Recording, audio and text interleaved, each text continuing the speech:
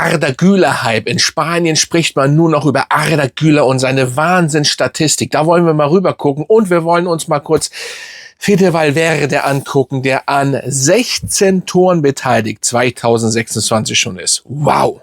Er ist eine absolute Maschine. Hala Madrid, Freunde, mein Name ist Dennis. Schön, dass ihr da dabei seid und denkt daran, meinen Kanal zu abonnieren, wenn ihr es noch nicht gemacht habt. Die richtig, damit wir größer werden. Sorry. Da ist mir doch fast die Stimme weggegangen oder weggeblieben, sagt man. Ja, Fede Valverde, 16 Torbeteiligung 2026. Und wir dürfen ja nicht vergessen, wie ist er angefangen? Wie fing das an? Hinten ausgeholfen. Da habe ich schon gesagt, man hört gar nichts mehr über ihn. Und dann das Thema mit Alonso, da war ich nicht ganz so. Ich bin ein großer Fan von Valverde. Ich möchte auch noch ein Trikot haben. Wie gesagt, Arda Güler und Valverde möchte ich noch ein Trikot haben. Von den anderen, von denen ich haben möchte, habe ich. Wären natürlich noch mehr. Ich werde auch noch von Mbappé natürlich noch mal eins holen. Aber Valverde und Arda Güler natürlich muss oder möchte ich schon lange ein Trikot haben. Ja, da werden wir heute drüber sprechen, über die beiden. Ja, 16 Torenbeteiligung, das ist absolut Wahnsinn. Zum Beispiel beim 5-1 gegen Betis hat er 2 Vorlagen. Ja, dann bei Atletico 1-2 gewonnen, Tor und Vorlage. Dann gegen Monaco beim 5-1 2 Vorlagen, Real Madrid 4-1 gegen Sociedad, ein Tor, Osasuna eine Vorlage, gegen Benfica 2 Vorlagen, in Celta ein Tor, gegen Manchester City 3 Tore, gegen was ist denn jetzt hier los? Gegen Elche ein Tor und gegen Atletico wieder ein Tor. Absolut krank, kann ich nur sagen. Absolut krank. Das ist so wahnsinnig, wie dieser Junge gerade spielt, wenn man sich das anguckt. Und ja, was soll ich sagen? Ich habe immer gesagt, er verkörpert Real Madrid komplett, ne? Und er ist eigentlich jetzt schon eine Legende. Ihr könnt ja mal unterschreiben, was ihr davon haltet. Ich finde, dass er absolut jetzt schon eine Legende ist. Bayern möchte ihn haben. Wir werden Valverde niemals abgeben. Bayern wird erstmal auch gar nicht so viel zahlen.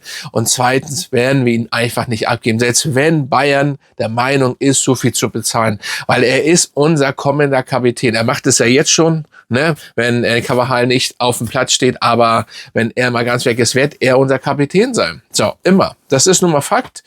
Und es passt auch, weil diese Mentalität, dieses Feuer, dieses Blut, er dreht aber richtig ab. Aber so gehört sich das. So gehört sich das. Endeffekt so wie Kimmich bei Bayern München. So muss man sich das eigentlich vorstellen. Der will auch immer. Man merkt immer, es gibt so Spieler, die sich aufregen, wenn was nicht klappt und so weiter und so. Und dann jetzt die rote Karte, das Thema hatten wir ja schon. Absolut, ja, traurig für ihn und absolut, ja, ein Skandal im Endeffekt ist das schon. Also, das hat auch nichts mit Madrid und das war niemals eine rote Karte für Valverde. Aber ja, was sollen wir dazu sagen? Ja, aktuell sind sie alle, sag ich mal, zur Nationalmannschaft hin. Ja, schade, dass jetzt noch ein bisschen Pause ist. Ich werde versuchen, mal gucken. Ich werde auch über diese Spiele sagen wir mal, ein bisschen rüber zu gucken und da eventuell Videos mal, wenn ihr Bock darauf habt, könnt ihr mal in die Kommentare schreiben, über, ja, die ganzen Nationalmannschaften. Also natürlich nicht jedes Spiel, aber ich werde mal so ein bisschen rüber gucken, was zu machen.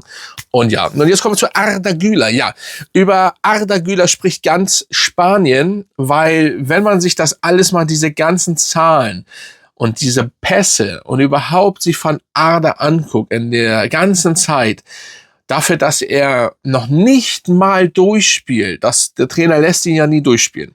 Das ist absolut geisteskrank, ne? Und hier steht zum Beispiel in Derby, auch statistisch liefert Güler einen auf, der sich sehen lassen kann.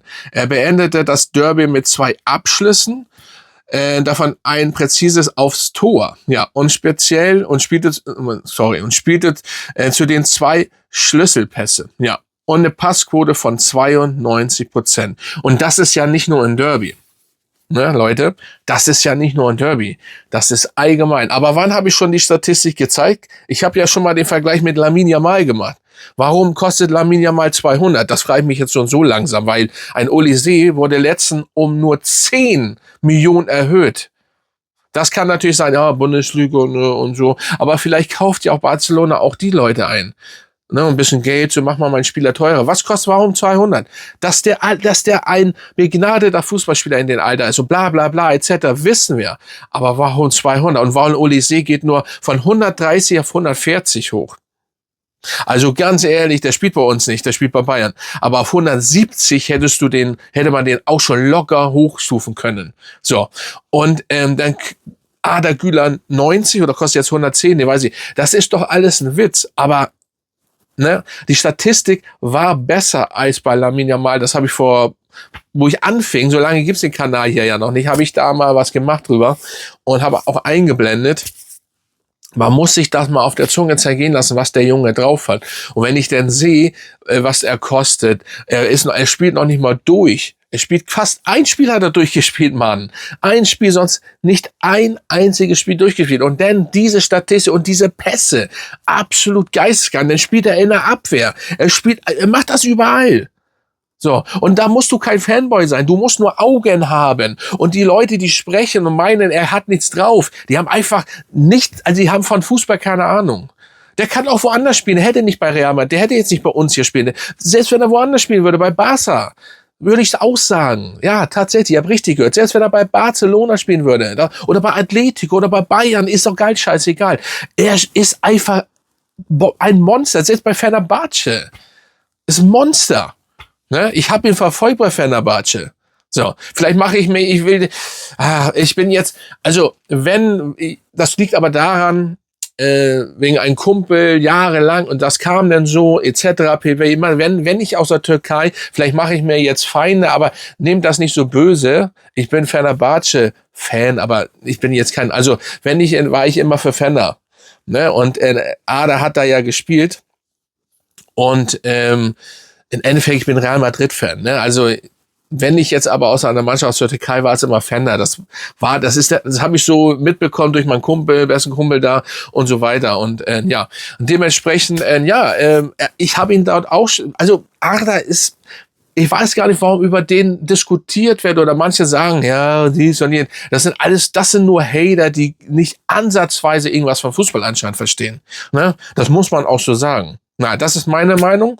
Ja, ihr könnt ja mal unterschreiben, was ihr davon haltet. Wie gesagt, jetzt sind sie alle bei der Nationalmannschaft und so weiter und so fort.